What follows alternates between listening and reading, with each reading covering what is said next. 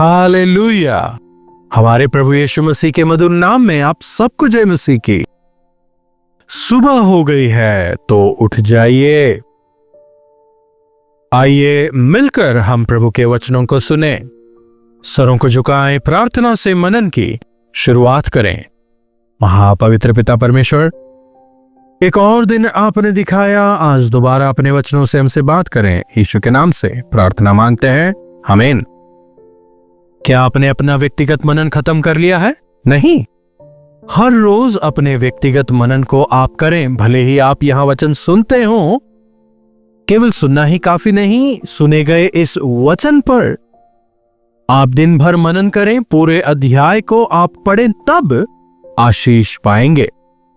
हर रोज कार्यक्रम को सुनते हैं, कहने का कोई भी लाभ नहीं।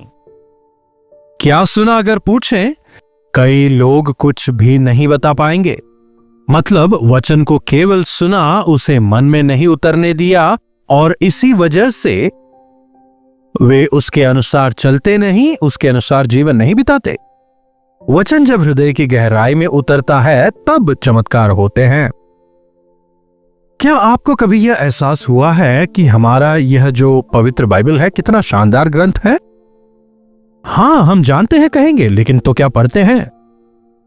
देखिए, अगर हम बाइबल में देखें, परमेश्वर ने जिन लोगों को चुना, वे ऐसे लोग नहीं थे जिनमें कोई कमी घटी ना हो। उन्होंने सामान्य लोगों को ही चुना। काफी समझदार पढ़े लिखों की उनको जरूरत नहीं। यह प्रभु की महिमा ही है, जहां उन्होंने हारे हुओं को, थके हुओं को, गुणहीन लोगों को, सामर्थ्यहीन लोगों को और ऐसों को उन्होंने चुना जो कहते थे हमसे यह नहीं हो पाएगा। उन्हें चुनकर परमेश्वर ने महान कार्य किए।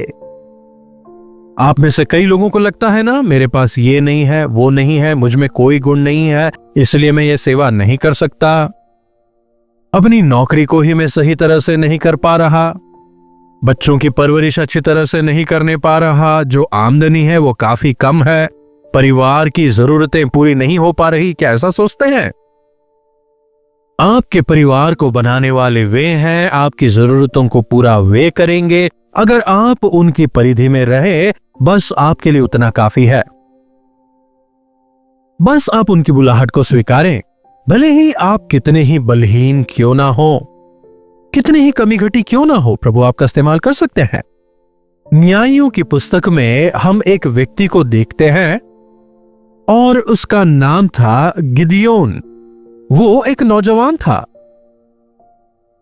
यह एक ऐसा समय था जहां इस्राएली मिद्यानियों के हाथों सताए जा रहे थे। वे उनसे काफी परेशान थे। यीशु मसीह को हमें सजा देना नहीं भाता। जब हम कुछ गलतियां करते हैं और अगर प्रभु सजा नहीं देते, इसका यह मतलब नहीं कि उन्होंने उस गलती को स्वीकार लिया, बस उन्हें हमें सजा देना पसंद नहीं आता। प्रेम करने वालों को दुखी करना सामान्य बात हो गई है। जीवन में सबसे ज्यादा हमने किससे दुखी किया होगा? अगर हम देखें तो वो हमारे माँ बाप ही होंगे ना। वे सहन कर लेते हैं, पति सहन नहीं करेगा, पत्नी सहन नहीं करेगी। आजकल बात तलाक तक चली जाती है। माँ बाप हमसे कहीं अधिक प्रेम करते हैं। पति पत्नी के बीच में मसीह यीशु के समान का प्रेम होना चाहिए। सांसारिक प्रेम ठहर नहीं पाता है। आज उस प्रेम को हम कम होता देख रहे हैं, है कि नहीं? इस्राएलियों से परमेश्वर ने कितना अधिक प्रेम किया, उनकी खूबी नहीं बल्कि परमेश्वर के वायदे की वजह से। अब्राहम को दिए अपने वायदे की वजह से परमेश्वर ने उस जाति को आशीषित किया। परमेश्वर उनसे प्रेम करते गए, क्षमा करते गए, लेकिन उन्होंने प्रभु के प्रेम को तुच्छ जाना। जब वे इस्राएली मिस्र को पहुंचे और जब यूसुफ राजा था, तमाम लोगों ने उनकी प्रशंसा की। याकूब को, उसके संतानों को, उसके परिवार के अन्य सदस्यों को तमाम लोगों ने काफी सम्मानित किया। लेकिन वे इन तमाम बातों को भूल जाते हैं। यूसुफ के मरने के बाद जब नया राजा वहां आता है, स्थानीय लोग उनसे जलने लगते हैं और नया राजा घर के तमाम पुरुषों को मार डालने की आज्ञा निकालता है। कैसी भयंकर बात। और यह नया राजा इन तमाम इस्राएलियों को गुलाम बना लेता है। तब तक इस्राएलियों को परमेश्वर याद नहीं आए। बाद में वो परमेश्वर को पुकारते हैं, विनती करते हैं। उनकी विनतियों को सुनकर परमेश्वर मूसा को भेजते हैं, उन्हें छुड़ाते हैं। दोबारा यही काम, दोबारा इस्राएली परमेश्वर की नजरों में गलत काम करते हैं। न्यायों 6:1 से अगर देखें, यहोवा ने देखा कि इस्राएल के लोग पाप कर रहे हैं, इसलिए 7 वर्ष तक यहोवा ने मिद्यानी लोगों को इस्राएल को पराजित करने दिया।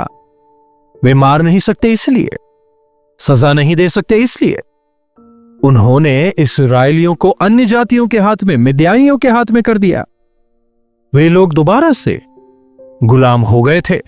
6वीं आयत में अगर आप देखें, इस्राएल के लोग मिद्यानी लोगों के कारण बहुत गरीब हो गए, इसीलिए इस्राएल के लोगों ने यहोवा को सहायता के लिए रोकर पुकारा। 7 साल तक यहोवा याद नहीं आए। काफी गरीब हो जाने के बाद यहोवा को पुकारते हैं। देखिए, हम हमेशा कहते रहते हैं यहोवा को पुकारें, यहोवा को पुकारें। कब पुकारना है?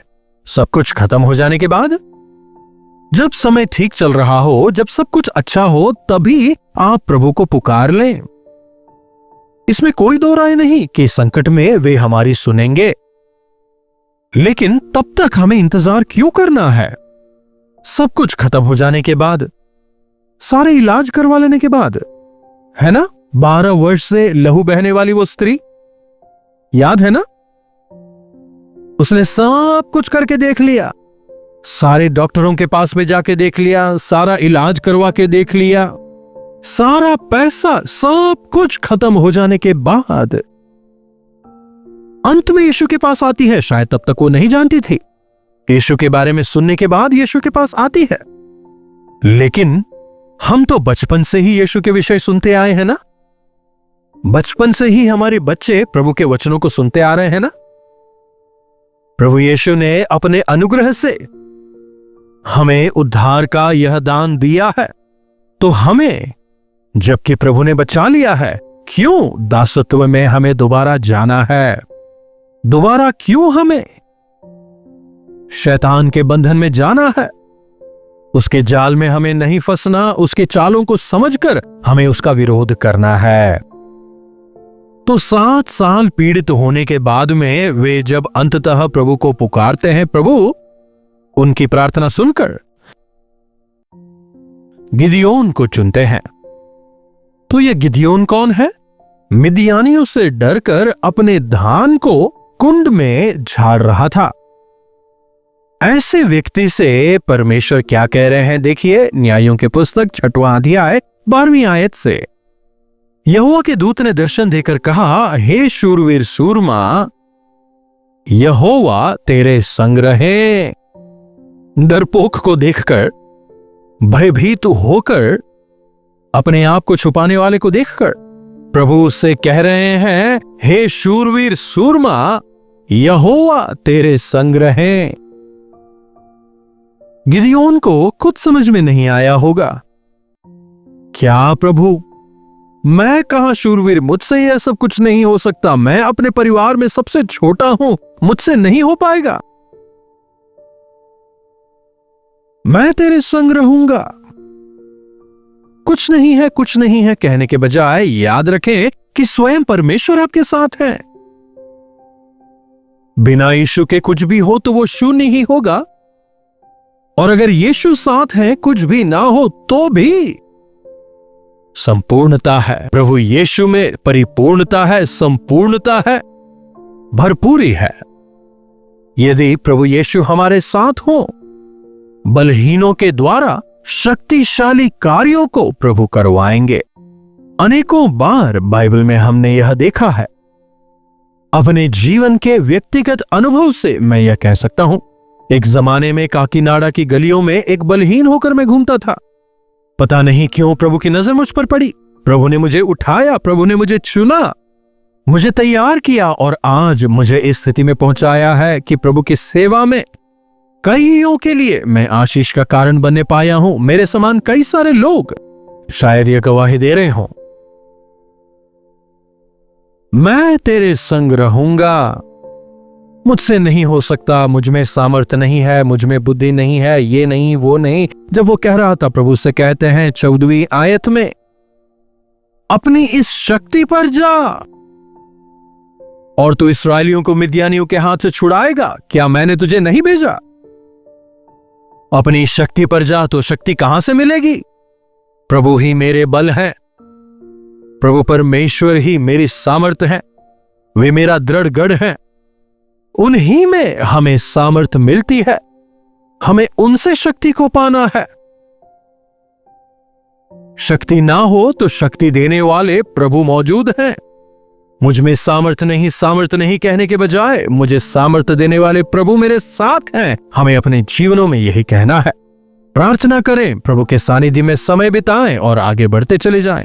आपकी बलहीनताओं में अपनी सामर्थ्य देकर आपको बलवान बनाने के लिए प्रभु इच्छुक है। यहां परमेश्वर उससे कह रहे हैं, अपनी शक्ति पर जा और तू इस्राएलियों को मिद्यानियों के हाथ से छुड़ाएगा। क्या मैंने तुझे नहीं भेजा? शक्ति देने वाले भी प्रभु हैं, साथ रहने वाले भी प्रभु हैं। अगर किसी कलेक्टर के पास से हमें कोई नोटिस आ रहा है तो क्या कलेक्टर आके देगा? नहीं, पियून लाके भले ही पियून ने दिया हो, लेकिन उसमें कलेक्टर के मोहर की वजह से कलेक्टर का अधिकार है, उसका पावर है, और इसीलिए हम उस पियून का भी सम्मान करेंगे और उस लेटर को, उस खत को स्वीकारेंगे। उसी प्रकार वचन हमें बताता है that we are ambassadors of Christ। हम मसीह यीशु के राजदूत हैं, उनके जरिए भेजे गए हैं। प्रभु हमसे कहते हैं, जाओ, जाकर संसार के अंत तक मेरे वचन का प्रचार करो और देखो मैं जगत के अंत तक तुम्हारे साथ रहूंगा। हमारी किसी खूबी की वजह से, खासियत की वजह से प्रभु ने हमें नहीं चुना है, बल्कि अपने अनुग्रह ही से उन्होंने हमें चुना है और हमारा इस्तेमाल करते हैं। परिवार में मैं सबसे छोटा हूं, मेरी सहायता के लिए वहां पर कौन है? अभी भी बहानेबाजी कर रहा है, मेरे पास कोई क्षमता नहीं है, कुछ भी नहीं है। मेरा कुल मनुष्य में सबसे कंगाल है, मैं अपने परिवार में सबसे छोटा हूं। बहानेबाजी, मुझे कोई सहायता नहीं करेगा।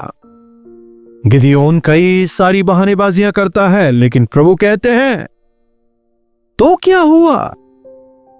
मेरे पास पैसे नहीं तो क्या हुआ? मुझ में ज्ञान नहीं है प्रभु तो क्या हुआ? और धीरज नहीं है तो क्या हुआ?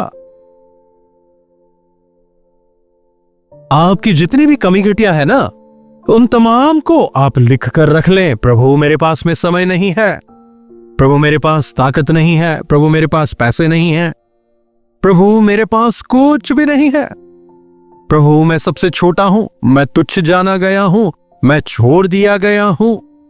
तो क्या हुआ? यस, भले ही आप में कितनी ही कमी घटी क्यों ना हो, यदि प्रभु आपके साथ है, हम परिपूर्ण होंगे, हम भरपूर होंगे, हम समर्थ होंगे। 16वीं आयत, यहोवा ने उससे कहा, निश्चय मैं तेरे संग रहूंगा, सो तू मिद्यानियों को ऐसा मार लेगा जैसा एक मनुष्य को। तो क्या हुआ? मैं तेरे साथ हूं, मैं तेरे साथ हूं, इसीलिए तमाम मिद्यानियों को तू ऐसा मारेगा मानो एक व्यक्ति को मार रहा हो। मेरे साथ आ, मैं तेरे साथ हूं। हालेलुया। समझ रहे हैं? 7 साल से जो मिद्यानी इस्राएलियों को परेशान कर रहे थे, जिन मिद्यानियों का इस्राएली कुछ भी नहीं करने पा रहे थे, उन मिद्यानियों को तो ऐसा मारेगा मानो एक व्यक्ति हो। यस, हो सकता है आज आपके जीवनों में कई सारे शत्रु हों। उन दिनों में मिद्यानी थे, मिस्री थे, आज शायद वे नाम कुछ और हों। आपका सबसे प्रमुख शत्रु कौन है जानते हैं? आप खुद। आपकी अपनी इच्छाएं, आशाएं, आपका घमंड, ये तमाम चीजें आपको बर्बाद कर रही हैं। आपके अहंकार पर, स्वार्थ पर जय पाने के लिए आपको परमेश्वर की सहायता की जरूरत है। आप नहीं कर पाएंगे। मैं छोड़ना चाहता हूं, नहीं छोड़ पा रहा। कई लोग कहते हैं ना, लेकिन अगर प्रभु साथ हो, पापी पवित्र हो सकता है। पापी को प्रभु पवित्र करते हैं। आपके शत्रु आपकी बलहीनताएं हैं। संसार हमारा शत्रु है। हमारा सबसे बड़ा शत्रु शैतान है। संसार पर जय पाने के लिए, अपनी शारीरिक इच्छाओं पर जय पाने के लिए प्रभु हमें सामर्थ्य देंगे। आज कई लोग मोबाइल पर जयवंत नहीं होने पा रहे, उसके अनुसार जीवन बिताते हैं, लेकिन वो आपकी नहीं सुनता। मैं रोकना चाहता हूं, लेकिन रोक नहीं पा रहा। मैं नहीं चाहता, लेकिन उसके बिना रहना भी मुश्किल है। कारण शैतान ने ऐसा बांध दिया है कि उससे बाहर नहीं आ पा रहा। आज कई नौजवानों की स्थिति यही है। इंस्टाग्राम में, फेसबुक में गलत चीजों को देखकर, गलत लोगों के साथ जुड़कर अपने जीवन को पूरी तरह बर्बाद कर लेते हैं। अंत का इंतजार ना करें। पवित्र आत्मा से सामर्थ्य पाकर पाप को मना करने की क्षमता पाएं और पवित्रता के साथ में जिएं, एक मनुष्य के समान।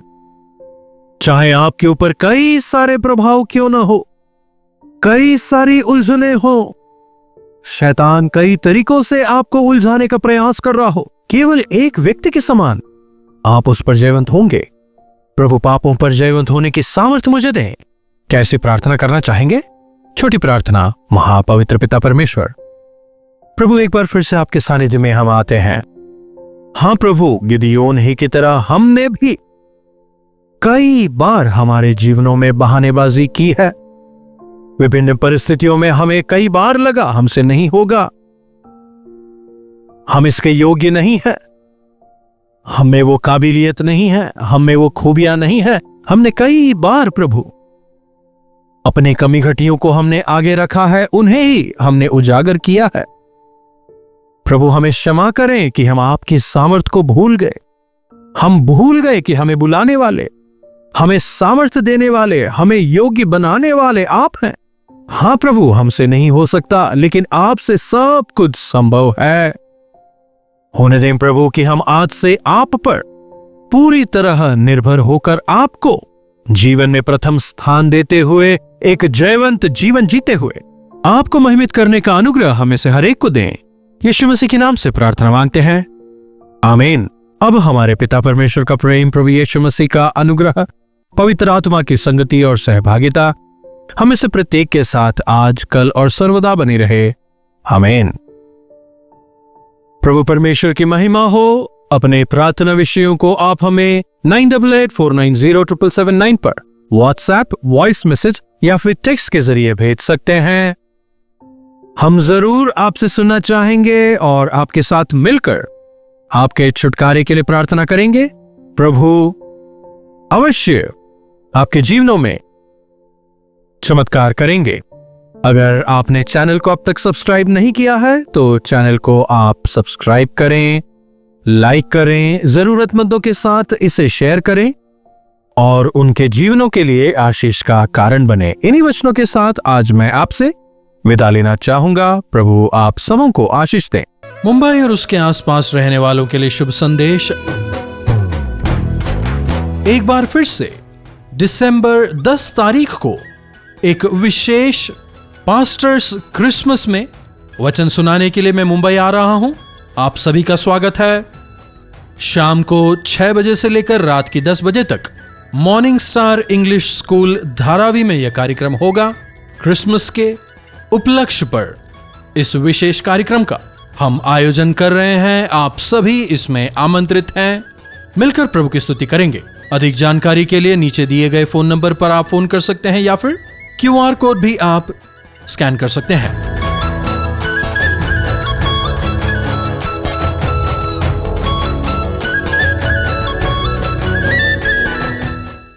मुंबई और उसके आसपास रहने वालों के लिए शुभ संदेश। आपसे सीधे मिलने के लिए और आपके लिए प्रार्थना करने के लिए एक बार फिर से एक दिन के गेट टुगेदर का दिसंबर 11 तारीख को हम आयोजन कर रहे हैं। आप जरूर आइएगा। हमारे टीवी के और सोशल मीडिया के श्रोताओं से सीधे मिलकर प्रार्थना करने के लिए, वचन सुनाने के लिए हम आपके पास आ रहे हैं रहतौर मेमोरियल मेथोडिस्ट चर्च में।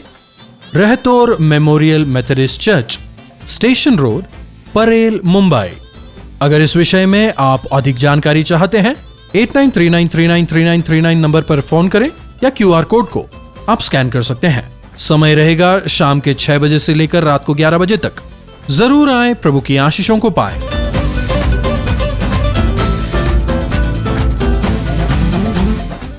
कल्वरी दर्शन, ये है प्रेम के दर्शन, यीशु प्रेम के दर्शन।